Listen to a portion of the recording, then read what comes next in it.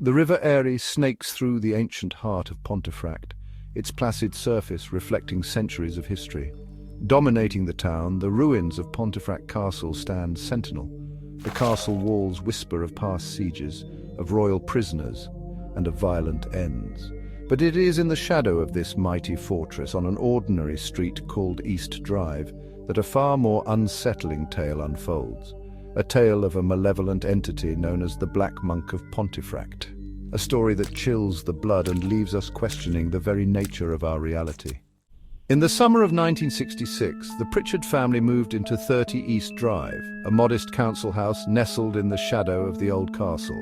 The house, with its unassuming facade, seemed like the perfect place for a fresh start. Unaware of the darkness that lurked within, they crossed the threshold into a nightmare. The house, though seemingly ordinary, held secrets that would soon unravel. The family, consisting of Joe and John Pritchard and their two young children, Diane and Philip, were initially delighted with their new home. They spent the first few days unpacking, decorating, and settling in, blissfully unaware of the sinister presence that watched them. Little did they know that they were not alone. The house had a history, one that was about to make itself known in the most terrifying ways. At first the signs were subtle, easily dismissed as the creaks and groans of an old house settling. The occasional odd noise or misplaced item was brushed off as nothing more than the quirks of an aging home. Cold spots appeared in certain rooms, a chill that seemed to emanate from the very walls themselves. The temperature would drop suddenly, leaving the family shivering and uneasy.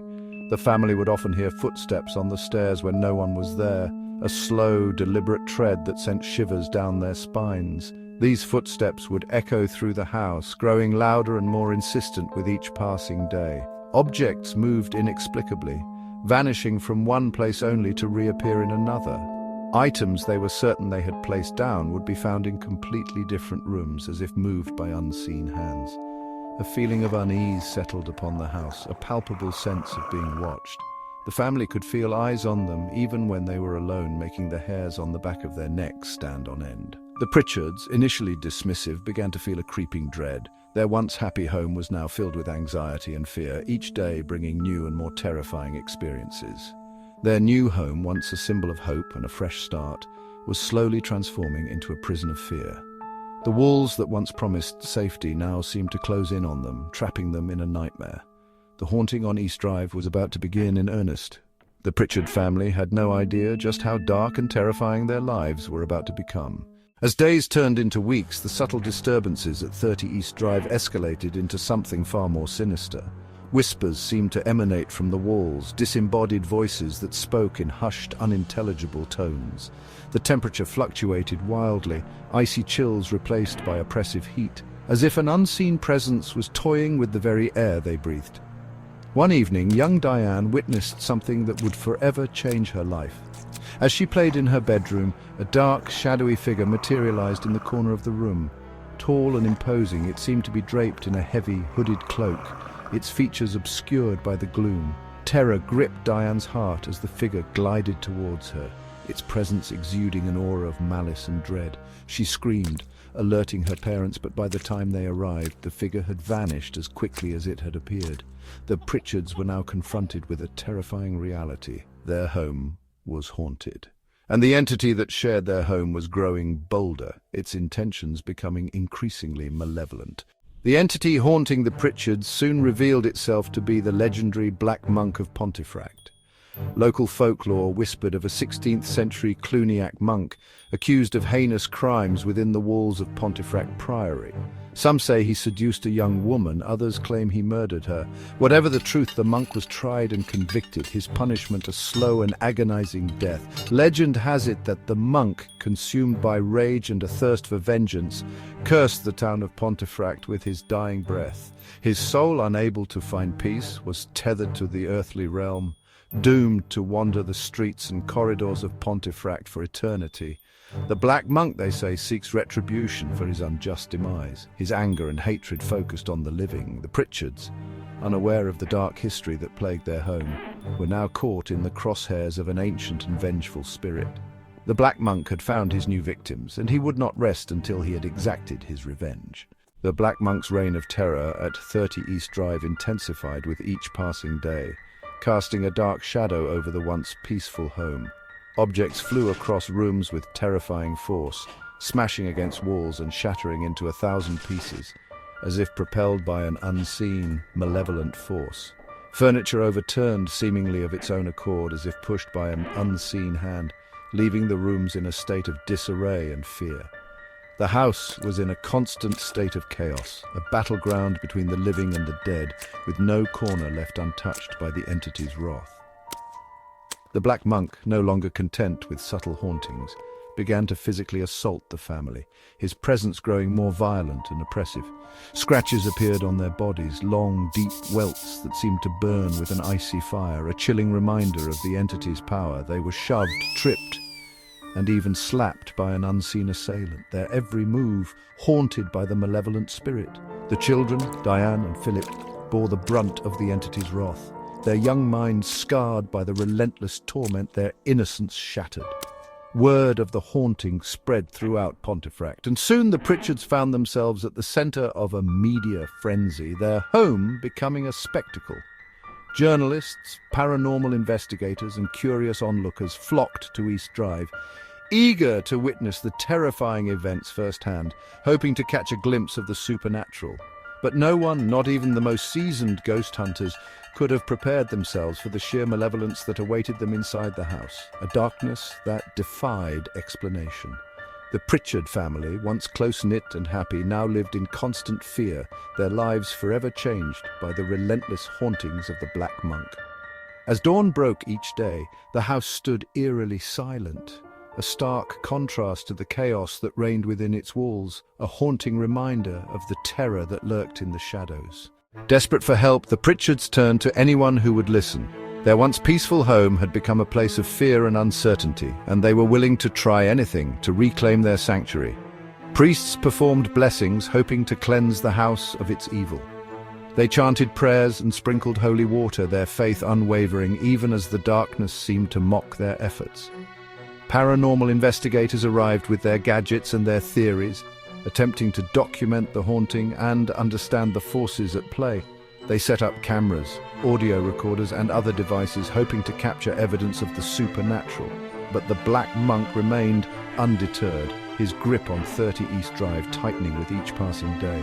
The malevolent presence seemed to grow stronger, feeding off the fear and confusion of its inhabitants.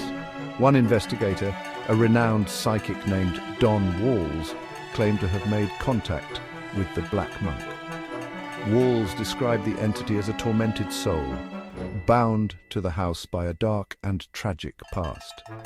Through Walls, the entity revealed its rage, its thirst for vengeance, and its unwavering hatred for the living.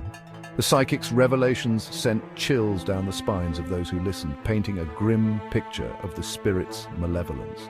The Black Monk, Walls claimed, would never leave East Drive. Its presence was a curse upon the house, a dark shadow that would linger for eternity. It was bound to the house, to the town, by the weight of its own darkness. The very walls seemed to whisper of its presence, a constant reminder of the evil that lurked within. Despite the terrifying experiences, the Pritchards refused to abandon their home. They clung to each other for strength, determined to face the darkness together. They had nowhere else to go, and they were determined to stand their ground against the unseen forces that tormented them. Their resolve was a testament to the human spirit's capacity to endure even the most harrowing of trials. The haunting on East Drive had become a battle of wills, a test of human resilience in the face of unimaginable terror. The Pritchards' story was one of courage and defiance, a struggle against an unseen enemy that sought to break their spirit. The haunting on East Drive sent shockwaves through Pontefract and beyond. The story of the Black Monk and his reign of terror became a media sensation, captivating the nation and sparking debate about the existence of the paranormal. Tourists flocked to the town, eager to catch a glimpse of the infamous house on East Drive. The Black Monk became synonymous with Pontefract, his legend woven into the fabric of the town's history. Some dismissed the haunting as a hoax, a clever fabrication designed to attract attention. Others, however, believed. They saw the fear in the eyes of the Pritchards, the genuine terror that haunted their every move. They listened to the stories of the investigators, the seasoned ghost hunters who had witnessed things they could not explain. The haunting on East Drive became a cautionary tale, a reminder that some things are best left undisturbed. It forced people to confront their own beliefs, to question the boundaries of reality and the darkness that lurks just beyond our perception. Years passed, and the intensity of the haunting at 30 East Drive seemed to ebb and flow. The Black Monk never truly left, his presence lingering like a shadow over the house and its occupants. The Pritchards, forever marked by their experiences, learned to live with the fear, their lives irrevocably changed by their encounter with the unknown.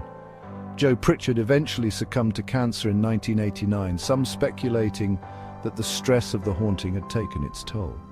Jeanne, however, remained in the house, determined to see her days out in the home she had shared with her husband, despite the shadows that lingered within its walls. The Black Monk, it seemed, had chosen East Drive as his eternal domain, his restless spirit forever bound to the town of Pontefract. The haunting became a chilling reminder that some wounds never truly heal, and some sins can never be forgiven. To this day, the haunting on East Drive remains one of the most compelling and controversial cases of paranormal activity ever recorded. The Black Monk of Pontefract has become a legend, his story passed down through generations, a chilling tale whispered around campfires and in hushed tones. Was the Black Monk a real entity, a vengeful spirit seeking retribution for a past injustice? Or was it, as some believe, a manifestation of the Pritchards' own fears and anxieties, a product of their imaginations running wild? The answer, like the Black Monk itself, remains shrouded in mystery. The haunting on East Drive serves as a stark reminder that there are forces at play in our world that we cannot fully comprehend. It challenges our understanding of life and death, of the boundaries between the seen and the unseen, and it leaves us with a lingering sense of unease, a chilling reminder that sometimes the darkness is closer than we think.